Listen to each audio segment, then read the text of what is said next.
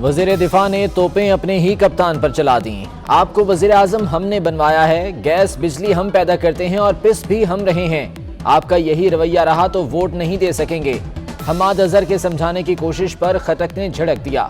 वजीर आजम से सवाल किया है वही जवाब दें। खटक का रद्द अमल। वजीर आजम उठकर जाने लगे तो दीगर अरकान ने रोक लिया। इस दौरान वजीर दिफा पार्लिमानी पार्टी इजलास से चले गए।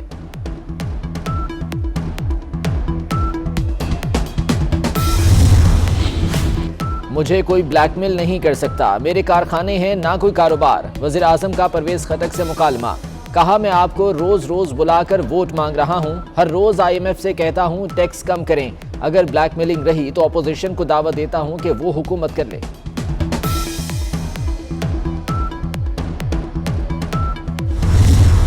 साहब से कोई सर थोड़ी कलकलानी है गैस के मामले पे सर आप छोड़ के चले गए थे इजलास? नहीं, मैं तो सिगरेट पीता हूँ, बाहर चला गया। मैंने सिर्फ बात की, अपने हक की। वजीर दिफा का बाहर दिफाई अंदाज। वजीर आजम से तकरार की वजाहतें देते रहे। कहा इजलास से नाराज होकर नहीं, सिगरेट पीने बाहर गया था। इख्तलाफ कोई नहीं, सिर्फ गैस की बात हुई थी। वजीर आजम पर 100% एतमाद है, किसी को फॉरवर्ड ब्लॉक बनाने नहीं देंगे। सब कहा जा रहा है कि आपके करीबी साथी आपको छोड़ रहे हैं। करीबी साथी आपको छोड़कर जा रहे हैं। सहाफी के सवाल पर वजीर आजम की खामोशी। वजीर इत्तलात फवाद चौधरी ने पलटकर सहाफी से ही पूछ लिया कौन से साथी। जवाब में हुकूमती वुज़रा मुस्कुराने लगे। वजीर आजम से नूर आलम खान के भी सख्त सवाल। पूछा हमारे आपको वोट देने से क्या गैस और बिजली मिलेगी? खान साहब बताएं क्या इस बिल से आर्मी अकाउंट्स की तफसीलात अमेरिका को दी जा रही हैं? क्या भारत और दीगर ममालिक भी अपने अकाउंट्स की रसाई देते हैं?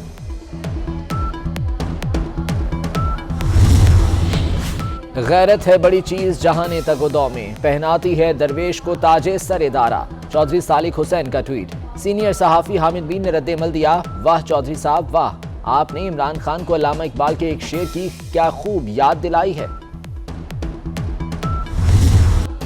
ऐवान वजीर आजम मुखालिफ नारों से गूंज उठा। अपोजिशन की इमरान खान के खिलाफ मुसलसल नारेबाजी। कौमी असम्बली में मिनी बजट पर अपोजिशन की तरमीम मुस्तरद। बिलावल भुट्टो हुकूमत पर बरस पड़े। बोले वजीर खजाना जाएं अवाम से पूछें वो क्यों शोर मचा रहे हैं। आप अवाम के पास नहीं आएंगे तो हम अवाम को आपके पास ले आएंगे।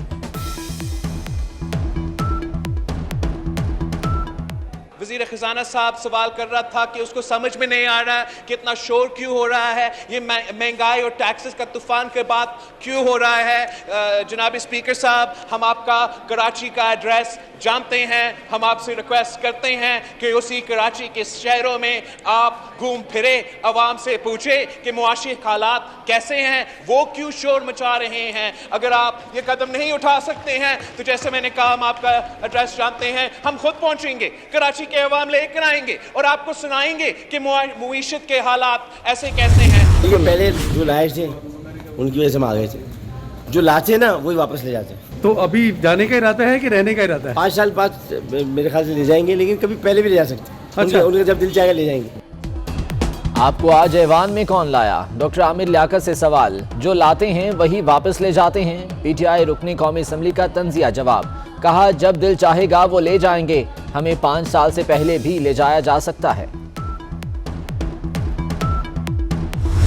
इस किस्म के अजाब में अवाम मुब्तला हैं। इस हुकूमत को घर भेजने के लिए कोई भी तरीका अगर आजमाना पड़े तो आजमाना चाहिए। जिस तरह की नालायकी और नाअहली इस हुकूमत ने और जिस तरह की बेहिसी दिखाई है पूरे पाकिस्तान के अवाम को, पूरी दुनिया को ये नजर आ रहा है। अभी मरी का वाकया हुआ, आप ये देखें कि किस तरह लोग वो बर्फबारी से नहीं मरे, वो इनकी नाअहली और बेहिसी से मरे। खानदानों के खानदान और उजड़ गए और ये अपने घरों में बनी गाला में, प्राइम मिनिस्टर्स हाउस में, चीफ मिनिस्टर्स हाउस में हीटर्स चला के सोते रहे और वहाँ लोग मरते रहे। 36 घंटे उनकी हेल्प के लिए कोई नहीं आया। हुकूमत को घर भेजने का हर तरीका आजमाया जाए, मरीम नवाज की अपोजिशन को तजवीज़। बोली हुकूमत की नाअहली और नालायकी दुनिया के सामने है। मरी में लोग हुकूमती बेहिसी से जान से गए। हुक्मरान हीटर लगाकर सोते रहे और अवाम मरते रहे।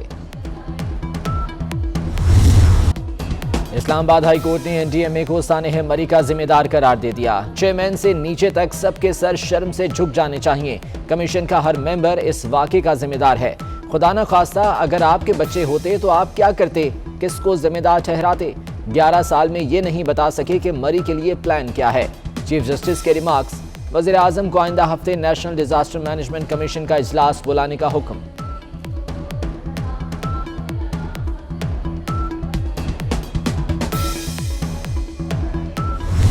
मैंने फैसला किया कि हमने अब और बिजली की कीमतें बढ़ानी नहीं। महंगाई के मारों को 440 वोल्ट का नया झटका। नेपरा ने बिजली 4 रुपये 30 पैसे फी यूनिट महंगी कर दी। सर्दियों में कम इस्तेमाल के बावजूद भारी बिल आएंगे। बिजली की कीमत में इजाफा नवंबर की फ्यूल एडजस्टमेंट की मद में किया गया। इजाफी वसूलियां जनवरी के बिलों में की जाएंगी। हुकूमत महंगाई की आग पर फिर तेल छिड़कने को तैयार। पाकिस्तान में पहली मर्तबा पेट्रोल 150 रुपये फी लीटर होने का खदशा। 16 जनवरी से पेट्रोलियम कीमतें 6 रुपये फी लीटर तक बढ़ने का इम्कान। पेट्रोल 5 और डीजल 6 रुपये फी लीटर तक महंगा हो सकता है। शुगर की अद्वियात 43% तक महंगी। एमरल की 2 मिलीग्राम की डब्बी 140 रुपये महंगी। कीमत 326 से बढ़कर 466 रुपये हो गई। गरीब पर मुफ्त इलाज के दरवाजे भी बंद कर दिए गए। सर्विसेज अस्पताल लाहौर में अल्ट्रासाउंड, एक्सरे की फीस मुकर्रर। MRI और CT स्कैन के लिए भी गरीब की जेब पर नजर। मुस्तहिक मरीज भी इलाज के लिए एड़ियां रगड़ने लगे। टैक्स के पैसे लाए मेरे को मुफ्त नहीं किए है, फ्री नहीं किया। कोई गरीब बंदा नसदा है कि हस्पताल जाओ सहूलत वास्ते, सहूलत नहीं मिल रही कोई। ये CT स्कैन का जो फीस है ये इन्होंने कह रहे माफ़ करवाया।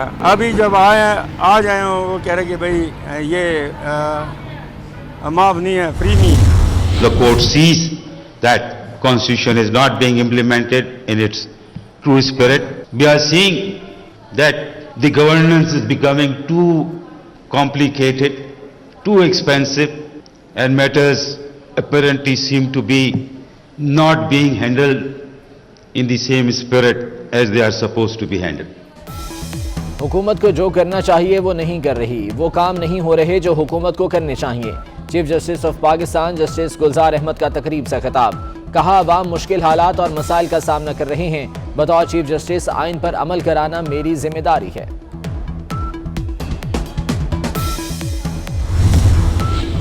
नवाज शरीफ की मेडिकल रिपोर्ट्स पर बोर्ड तश्कील देने का फैसला। बोर्ड हाईकोर्ट में जमा 8 मेडिकल रिपोर्ट्स का जायजा लेगा। नवाज शरीफ की अवामी सरगर्मियों और रिपोर्ट्स बारे माहिराना राय देगा। 24 न्यूज़ ने अटॉर्नी जनरल के होम सेक्रेटरी पंजाब को लिखे गए खत की कॉपी हासिल कर ली।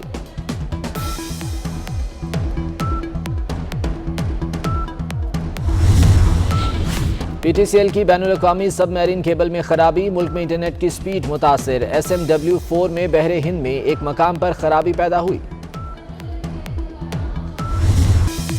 कोरोना खतरनाक रूप धार गया। मुल्क में मुस्बत केसेस की शरह 6% से तजावुज कर गई। 24 घंटे के दौरान 3019 नए केसेस। 5 अफराद जान की बाजी हार गए। कराची में शरह 20% और लाहौर में 10% तक पहुंच गई। रावलपिंडी में भी सूरत हाल खराब, शरह 7% से बढ़ गई।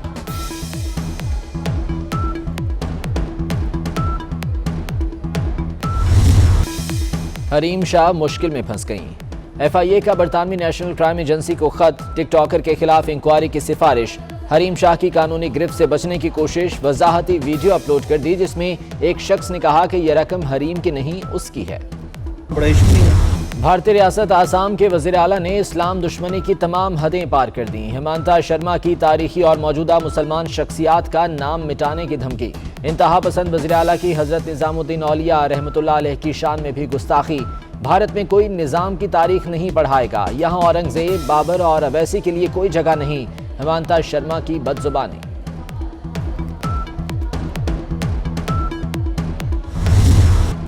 आयमा बेग भी FBR के रेडार पर आ गईं। गुलकारा 8 करोड़ 50 लाख की नादहिंदा। FBR का आयमा बेग की गाड़ियां जब्त करने के लिए नोटिस जारी।